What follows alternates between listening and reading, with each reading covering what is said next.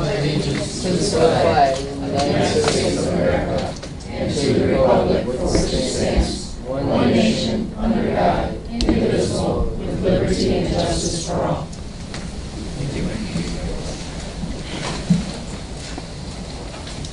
Good morning. Roll call, please. Howard. Here. Gould.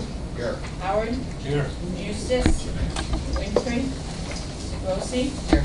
And Moran. Here. We also have Speaker Brooks. That is okay. Motion to approve minutes. So moved. Second. All those in favor? Motion passes. There's no old business. There's no other old business. Chairman's report on IDOT held an industry forum in the South Suburban Airport last week to hear ideas on the project from banks, equity firms, and aviation professionals and engage interest from potential private investors.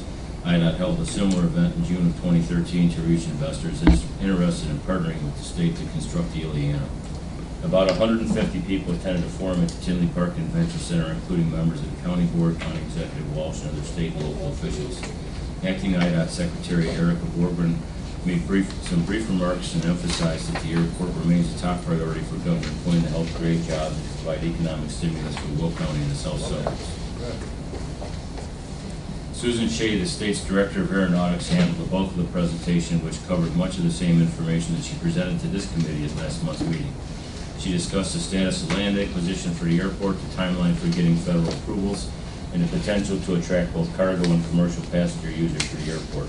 She reported that the service area for the South Suburban Airport includes an estimated 1.7 million users currently and does not conflict with the service area for O'Hare Midway. She also emphasized that the airport will be built and expanded only as demand requires. Roger Driscoll from IDOT's Office of Innovative Project Delivery explained how a public-private partnership for the airport may work with different models for allocating risk in a P3 and some of the fees that may be part of it, like landing fees, parking fees, and fees on fuel sales. The state does not appear to have picked a specific model, but instead was looking to get input from the private sector to determine what would make the P3 viable. IDOT emphasized they are seeking a P3 that is consistent with the state's transportation policy goals and delivers on all expected project benefits through a transparent process. After the public portion of the forum, IDOT is scheduled to meet one-on-one with interested investors. The firms they met with have responded to a request for information and included Walsh Construction, Belfour Beatty Investments, A. Epstein and Sons International, and SNC Lavalin. At least one airline, Korean Air, also met with IDOT during this time. That's my report. Any other new business? Let's see, we got a report from Rhonda, tax assessments. Good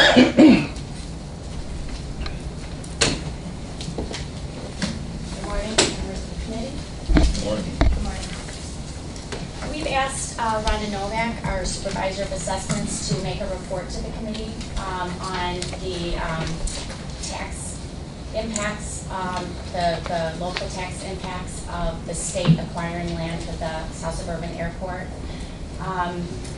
This is an issue that has been a concern for some time, and it has kind of reemerged as an issue with the state's acquisition of Bolt Field. And so there are some questions about, what the impact of that will be. So we've asked Rhonda to make a report that covers the legislation that the General Assembly passed earlier in the decade. Well, I'm sorry, actually, earlier in the century, right? In the early 2000s, and also to clarify and explain a little in a little more detail the county's role in this process and what the county has actually been able to do to preserve a revenue stream for the local taxing bodies. Rhonda Novak, Supervisor of Assessments. Good morning. I've been asked to outline the tax recovery process that is utilized by my office. So I want to go very simply and briefly through exactly what happens when IDOT acquires a property so that everybody is clear as to what we define as tax exempt and what we consider tax recovery and what certification means and that type of thing.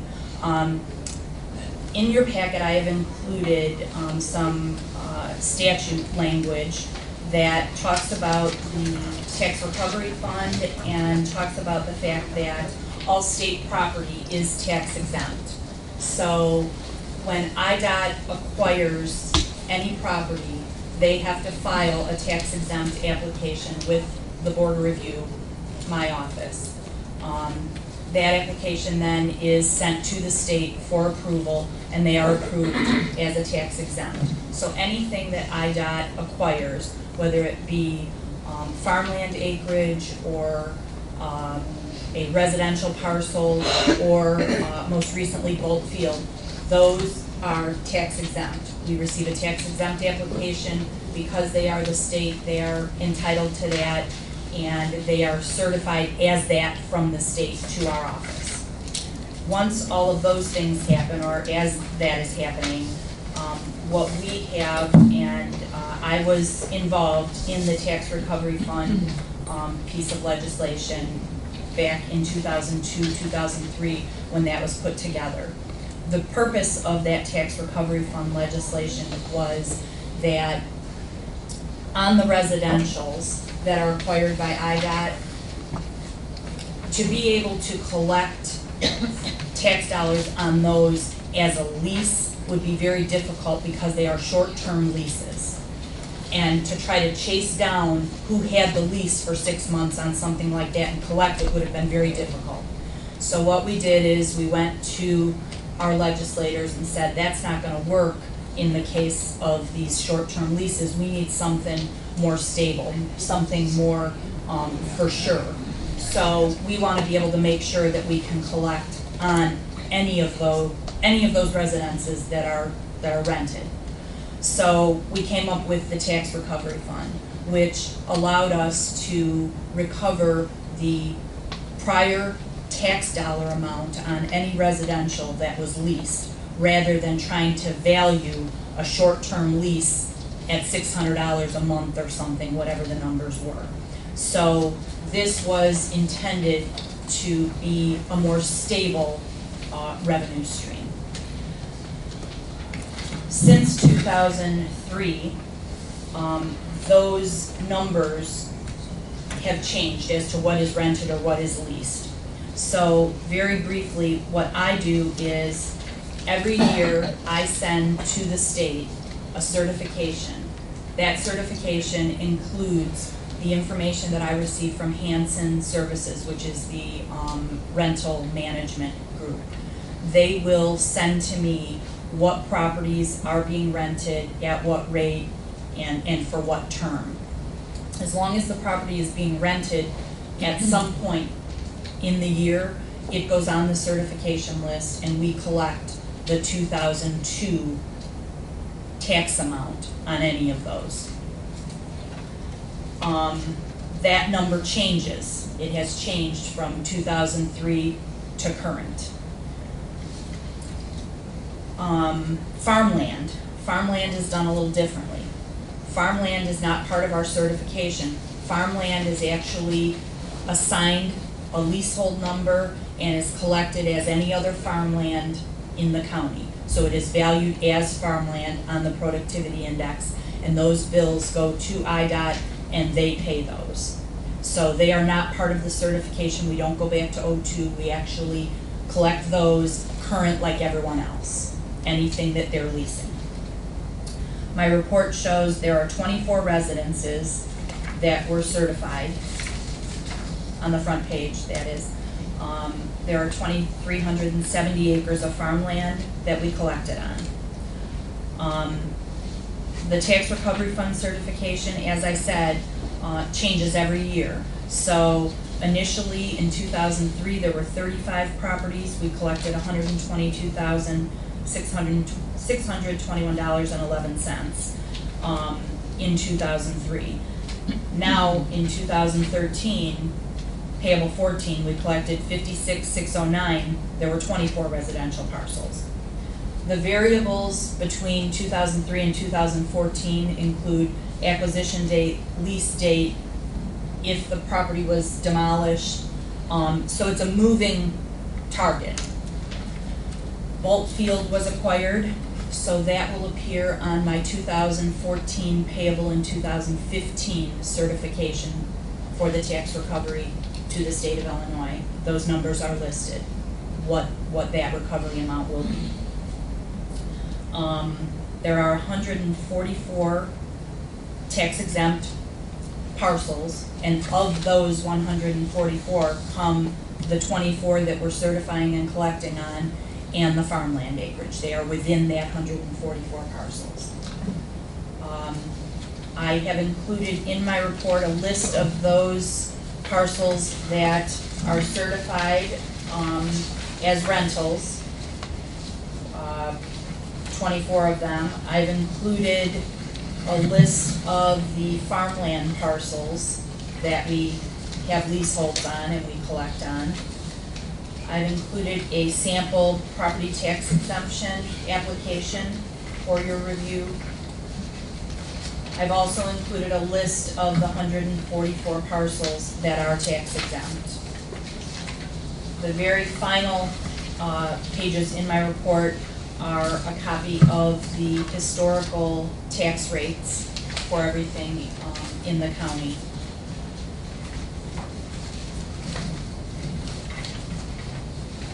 I think that is pretty much my report.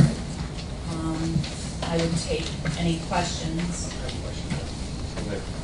So, Bolt Field then, we will receive because of state-owned property. Yes, I will certify it, It'll be As part of the tax construed as recovery. exempt, but we will receive recovery money on it. correct. So that if we read an article in the paper that says the school district's losing X amount of dollars on it, that's not true? It is, until they pay it. Correct, but. But I intend to it's- certify it based on the Okay, so- legislation and my understanding Because of there's it. information floating around out there that they were gonna lose the money because Bolt Field was a different entity in itself, because it was an airport. I don't believe that's the case. I had brief conversation with Terry Tappenbeck, which is who I certified to at IDOT, and Susan Shea, and Alicia and I have also talked to Julie Curry, who has reviewed the Okay. tax recovery and has Well, that's good been- news, so I can Yes. go call the school district and explain to that basically some misinformation. Can I ask Julie Curley Yes. a question too? I had spoke to a couple other legislators about this, possibly putting a trigger mechanism in there, because this has a sunset clause of 2020, and in government time, that's not very far away. Right. Is it possible to put maybe a 5-year increment or 10-year increment in some piece of legislation? Yeah, we've, that says that we could, the assessment, and we go greater of, so in 2002, if the assessment was greater than the 2012 assessment, or whatever it might be, whatever we kick it to, that we could actually, the taxing bodies could receive more money on that? You follow what I'm saying? Right, Because we deal in tens of years on this thing, so. But I think what Rhonda will tell you, which I was, I just automatically think that things increase in value. But obviously, some of these properties have decreased in value since 2002. So in some instances, we're getting a better deal, the value. Well, we can put that in there, though, stipulation greater of, so. Right. You know. Yeah, we've had some preliminary conversations. Obviously, we're 5 or 6 years out from 2020, so we've got a lot of time to kind of see how things work and to see how much more property IDOT continues to acquire over the next couple of years. But yeah, absolutely. Okay. Now, the last question, when the house is torn down, is it reverted then, is it farmable then? Is it reverted to that acreage, let's say it was on 2 acres? I have not seen or really, actually, I have not done that research. Okay. I'm not sure. Who's responsible for that research to be done on it? We would do that, but Okay. if a house was demolished, IDOT then would certify to us that they are now leasing that to a particular farmer. But I am not aware that that has happened much. Okay, because I know they'll cap the well that'll be below, if they actually tear out the drywall, or the driveway, and then basically they remove everything else in its entirety, but I just wondered if. I could get if they that actually put a information. plow to it then. Okay, thank you. You're welcome. So properties where the homes have been demolished for one reason or another, which varies, are there any taxes collected on those properties then? No. No. So then, in fact, the taxes that were collected is when somebody was living there and there were taxes, when somebody paid the lease or the property owner, those taxes aren't forever lost. So No. the school district, they're forever lost. No. They're not forever lost. You said you're not paying taxes. They're not paying taxes, but the taxing districts don't lose that money. Okay, you're right, because it gets distributed to less people. So in essence, the people who live out in the area are now paying the taxes for the properties when they've determined a house should be demolished. In one case, a house got demolished last year because they said it would cost $30,000 to put a new roof on it. Okay, it wasn't a very big house, it was ranch. Got estimates myself as to people that I knew how much it would cost. They said was well under $30,000. Do you have any documentation to show that? Do I have documentation to show that what, Don? That IDOT said it was $30,000. That's what IDOT What you're said to saying right everybody. now. That's what IDOT said to us. That's what I heard out of It- it- IDOT. So what I'm saying all the time, of course, Don, to you is a lie, or I'm fabricating No, I'm something. just asking. You know what, I live out there, I know what's happening, I know the guy who lived in the house, I know they tore If the you're gonna house personally down. attack me, Judy, I'm not personally- you're done talking. If you're, well, why do you want to personally say that everything that's coming didn't, out of I my just mouth asked is a you. lie? That's a point of order. Don, Mr. Chairman, I think she has a right to view opinion. However, it doesn't mean that if you don't have any facts or whatever, I mean, it's basically her view. She lives in that district. So in order to keep the meeting moving, if you could have just allowed her to finish, Mr. Chairman, and then we can just move on to the next one. Will you do that, please? IDOT told the homeowner, the person who was renting the house from them, that they had to move because it was gonna cost $30,000 to put a new roof on the house, okay? That's all verbal words from IDOT to the homeowner. They didn't come up with this magically. They were told that it was in April. He had 4 kids in the school system and he had to move then because of this. So that house since then was knocked down because of that issue. And various other issues have happened over time. So my point is, and it is a fact, that homes get demolished for various different reasons, and then we're no longer getting the tax dollars because nobody else is paying on that property. So then the school districts, the fire districts, all my districts out our way, they do lose that money.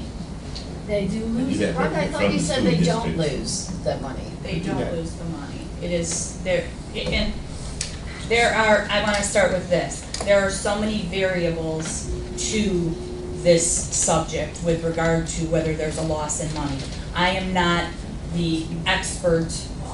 The expert is the county clerk with regard to dollars, with regard to rates. But the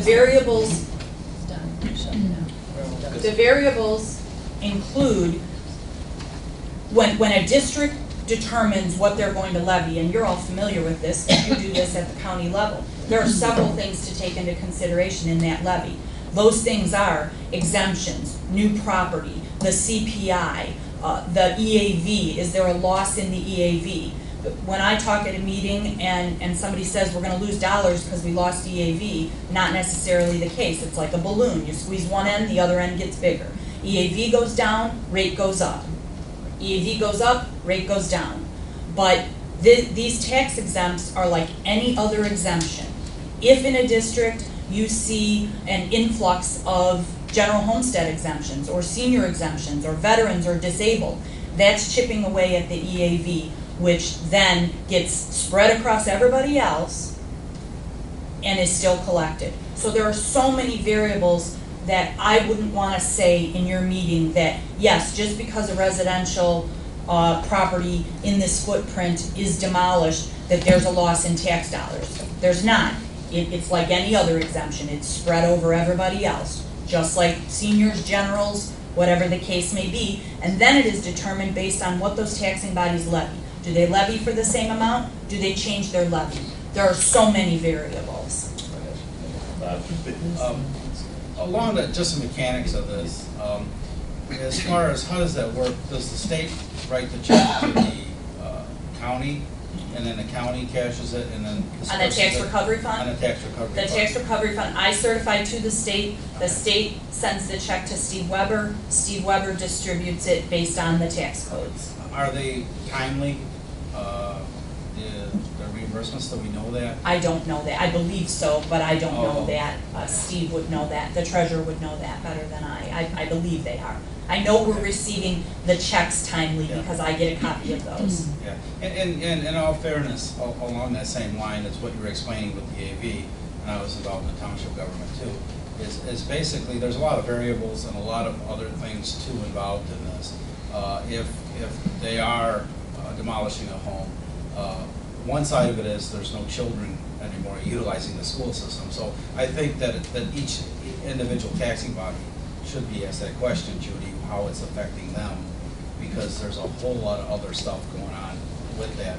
And then the use of the roads, the township roads, the highway commissioner actually have to put less money in the road if the road's not being utilized. I mean, in all fairness, I think we need to let the taxing bodies speak for themselves. You know the roads are used. Yeah, but They're I'm not- just not saying that driving. Bob's got the floor. Yeah, all I'm saying is that we just need to, in all fairness, we can argue for a taxing body here, but let's get the taxing bodies here, you know, in the future and let them express their individual concerns. And as a taxing, as a tax-paying resident out there in East Will County, I do understand with the EAV, and then basically they levy for dollars is the reality of it. And there's a whole lot of other areas that they could actually make cuts into, you know, and that's a whole nother discussion, you know. And we'll be glad to partake in that with the county level, but, you know, in the meantime, I do understand exactly what you're saying, so. But my concern is that the taxing bodies are receiving the money in a timely fashion from the state of Illinois, so. I know we're receiving that check, And that's good news, because like I said, I read in the paper a couple times how much money the school district was losing, but, you know, I can call the president and say, no, you're not losing that much. So, Ma'am in the back, I'll get to you in a few minutes, okay? Mike? But what it comes down to then is, and I'm taking all exemptions aside, because those exemptions exist everywhere and have forever, this is a unique situation. When a house goes down, if that levy stays the same for whatever taxing body, everybody that stays there is still paying. You're absolutely right. That's what it's coming down to. But again, that's on a taxing body issue. There's a whole lot of other issues involved in it. Number of children in the school, et cetera, facilities, that type of thing, so. But we're a taxing body too, Absolutely. right? So if our levy stays the same, then everybody pays for it. And that land that's no longer on ours. Yeah. But again, you're dealing with multiple taxing bodies though. If they can cut over here, Everybody to gets save hit. over here, I mean. Everybody gets hit. But I'd rather hear from them direct, you know, how it affects them. Rhonda, I have a question here, and that is, IDOT is saying they now own 3,600 acres.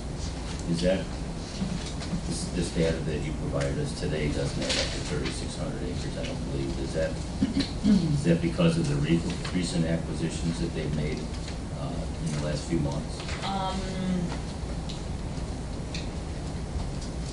Has Goldfield been certified, Brenda? No, Goldfield has not been certified, so that's another 110 acres, 120. I would have to compare their map to ours and see what Could you the do that? differential is. Just Send us a Absolutely. note back so we have it for next. Sure. Is theirs at a 2002 level, both field? Is that the assessment that we use? Yes. No, because it was sold for 30, well, there was a grouping, right, 34 million. The field itself that was sold, if future legislation was passed, that actually if we could use that assessment, Well, what it's actually sold for now, but that's, that would increase the no, dollars we don't collected, correct? chase a sale, so it's not assessed all at right. the sale. Okay. But actually, the 2002 values are higher for Bultfield than the 2013 when it was acquired. So, Thank you. I think Councilman Biddy. But Rhonda, the difference there is back in 2002, they didn't have leasehold agreements. Correct. On that property, and they do now. In 2002, when we assess Bolt Field, we assess it to, is it Jim Bolt? He's not a tax exempt. So it's not a tax exempt property with leaseholds for the hangars. It was all inclusive in the assessment of everything there. That's why the assessment on Bolt Field, it includes any of those leaseholds. It includes all of the improvements that are there. What's, If it so that were- would be the greater. If it were an outcome. underlying tax exempt, it would have had leaseholds for those hangars. So that's the greater number then, we're actually, Yes. okay, so we're receiving more dollars. Or we potentially could receive more dollars. I believe so. Okay, thank you.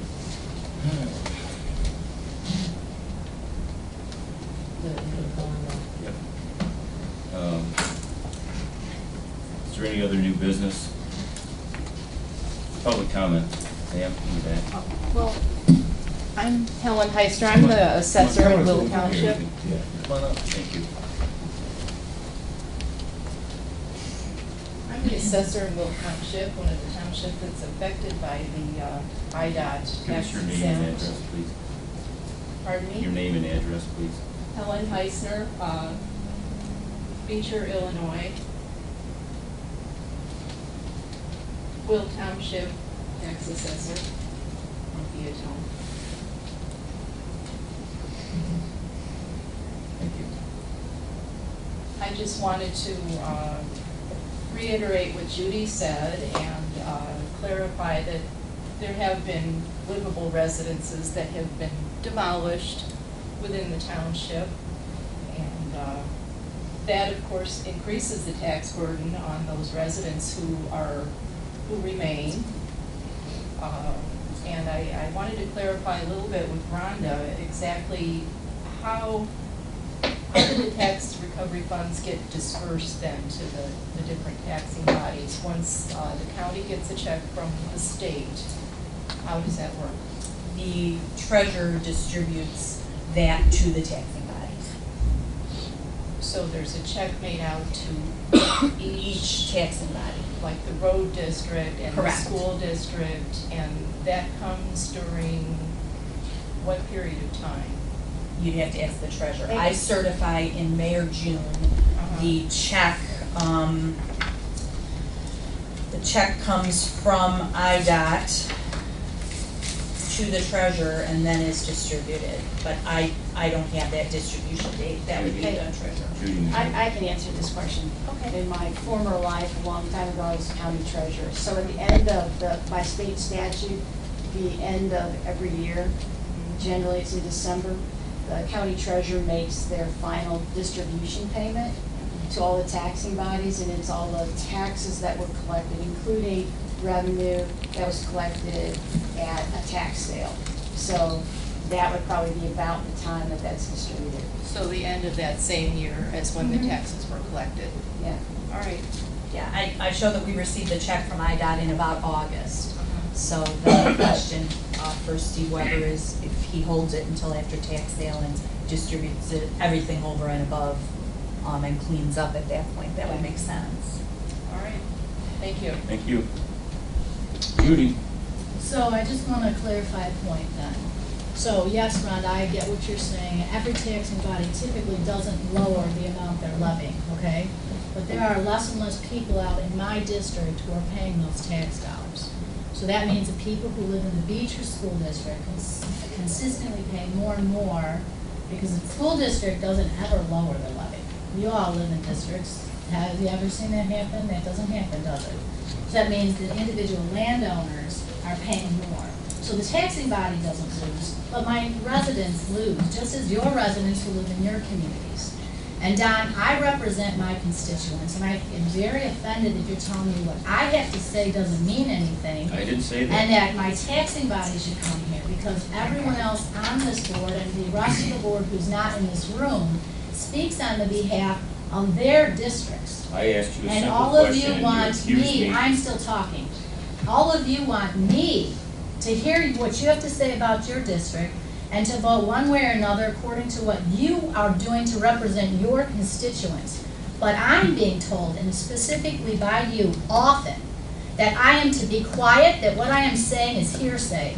And I think that's completely rude. Judy, we haven't spoken Completely until the rude. last time you came before this committee. It's been months. okay? You're right. And I didn't accuse you of anything. I asked you if you had any documents to back up what you were saying. And then you accused me of calling you a liar. I never called you a liar. I never said anything You about... said I can't come before this board with hearsay. I did not say you Ladies were and gentlemen, hearsay. once again, Mr. That's Chairman, what you- last meeting. once You again, said we that. probably should stay on the agenda, and I think that, Is there any other public comment? thank you. Yes, sir. Carl Nealon, Fire Chief for Boney Fire District. Come forward. I just want to kind of add maybe a little bit more education to this whole EAV and tax rate stuff. Mm-hmm. When the EAV drops and the levy stays the same, the rate goes up. However, there's a cap on that rate, at least for fire districts. Once we reach that rate cap, our levy starts to drop because we can't acquire any more money off the EAV, so we just need to be aware of that. So you're losing, your fire district is losing right now as well? We haven't. We just maxed out our rate last year. So any further drops, So any We will. more of these What homes that are, Off the road. right. And it, Bolt Field, I don't know exactly when it was done or completed, but I know it was in 2002.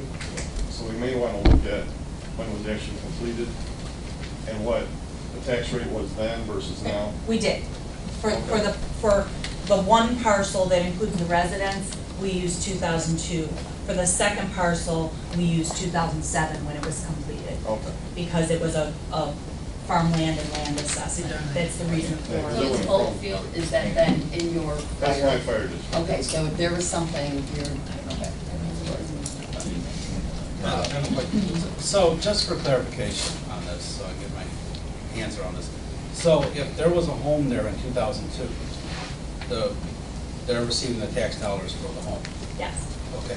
If they tore the home down in 2003, or 4, or 5, or 6, they're still receiving the money for the home. No. As Okay, long as, so that- no, then it's tax exempt. Okay, so And then the only it's other vacant avenue, property. well, and I need to check on this, the only other avenue then is if it's being used as farmland, then it's receiving a farmland assessment and they're collecting on a farmland assessment based on productivity, which is minimal. It's, if everything in this was farmland instead of houses, it would be less yet, less dollars yet. Do you see what I'm saying? If there were Yeah, no I houses just- and this was all farmland and there was no tax recovery fund, there would be less dollars being collected. The EAVs would be lower for all of those districts if that was all farmland. Correct. So the tax recovery on those residences is higher than if everything was assessed as farmland. Okay. Mike? Make sense? I was just gonna say, I mean, and there, you were mentioning the Beecher School District, and there could be a lot of reasons for this, but since 2008, and we only have till 2012 here, their rate has gone up, their tax rate has gone up 27%, and 13 maybe worse. So that can be affected by taking those things off the rolls and having a spread that they may or may not have increased their levy. They may have just had to increase the rate But- to keep it up. But those rates are affected also in the last, since 2007. I would say probably 2008 was the first year. We have seen across the county in every township and countywide reductions of at least 5% countywide in EAVs. On top of Correct. this going on. So that's why I say there are so many variables. Those rates are not only affected by in that district by the airport properties, they are affected by what is going on with the EAVs, as well as everybody else throughout the county. They're all seeing their rates. Which is It might be- unfortunate, but then, this is just piling on. Correct. Correct. In Mike, in the Beecher School District, for instance, what happened was they were experiencing rapid growth, so they actually expanded their facilities. And now there's not enough kids to fill up the facilities. Now, that could be a portion of that has to do with the airport, you know, that property being vacated. But the real problem is that they had, I think, 4,000 homes slated out there. They're all empty lots right now. So I mean, there's a whole lot of other stuff involved in this. Yeah, exactly. And unfortunately for us, as a taxpayer, and we had this discussion at the Forest Preserve District meeting yesterday, and Judy and I did too, because with the Forest Preserve, it's the same thing. You purchase property, it's fantastic, you take it off the tax rolls. So basically, there's a smaller geographical area. Those people inside that geographical area still have to pick up the bill for the fire protection district, the school district, the townships, they still have to pick it up. Now, what's happening with the airport, with us out there, is basically that's like another, for lack of better terms, like another Forest Preserve district coming in. Except at least we're getting something back on it. And in the meantime, without any EAV potential growth or anything like that development, basically we're stagnating. Our local taxing bodies are stagnating, as they are in other areas. So, it's a very complex issue. But again, you know, and no disrespect to you, Judy, I mean, the taxing bodies, that's great that the fire department's here to you know, talk about what they talk about, because one side of it is that basically there's fewer homes over there, but fewer homes have to pay for their fire protection. But also, too, you don't have to protect a piece of farm ground that, you know, Well, so we once the house is still gone. respond So, I mean, to those properties. We get stolen vehicles, we even had a stolen Yeah. boat from Indiana, fired up in one of those Yeah. lots. But we still have to provide protection. Yes. You've got 144 tax exempt properties. When they're applied for and you rule those exempt, do the township assessors still, however, keep a value, assign a value on all those? Yes. So really, there's a total number from EAD for exempt properties too, correct? Could be researched. Yeah. So I was curious to know. Just using the numbers here, if you had 144 residential and then you had 24, I guess, leaseholds, roughly 7 times that number. You know, actually, those 144 include the ag also. I'm sorry. It should say, Some of them are ag. yeah, it should say residential slash farmland. I apologize. That's, that's a total tax exempt. Okay. She stated it. I did say that, but I didn't accurately label it. Do you know what the breakdown is between residential and ag? I can get it for you. Yeah, just curious. Okay. Yes, sir. Bill Schreiber, Fire Chief, Peatone Fire District. So, I'm having a hard time understanding this lot thing. When a house is tore down, a property is tore down, you still have the lot. If I was to purchase 2 or 3 acres for a fire station that had been built, I would have to pay taxes on that lot. Same thing with a building. That lot's gotta be worth something. But the state statute says that They're they'll exempt. pay taxes on property that's leased. Unless they farm through it, I mean, if they can put a plow with it. If they farm it, then it Yeah, turns into that was my farmland, question when they tear it out. which is, Everything. as I said, Yeah. the best case scenario is the tax recovery fund with a house on it. But that's why. Now, Julie, a question along this line though, is that now that we have a state of Illinois airport, and I think this needs to be addressed legislatively, I think the fire departments should receive some type of training, subsidy or something, because now they're covering the airport. So maybe that's some legislation we can look at too, because I don't think it's been Actually, addressed yet. the act, bill that we passed last year, the new public act, allows the Department of Transportation to enter into intergovernmental agreements with the fire protection district, should they see fit. Has that been initiated yet though, or? It came up at last month's meeting here, and Susan Shea said that they're willing to sit down and talk to the local fire protection. Have you So I been guess we just contacted need, yet, or? No, we just have to make. we can help you, facilitate a meeting. And there should be compensation involved in it too. So, yeah. Thank you. Any other public comment?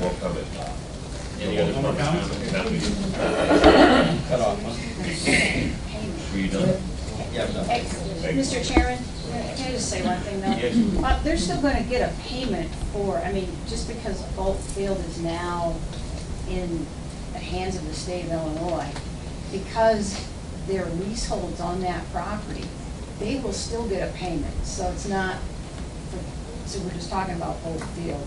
You know, the Fire Protection District and other tax advisors will still receive revenue from that.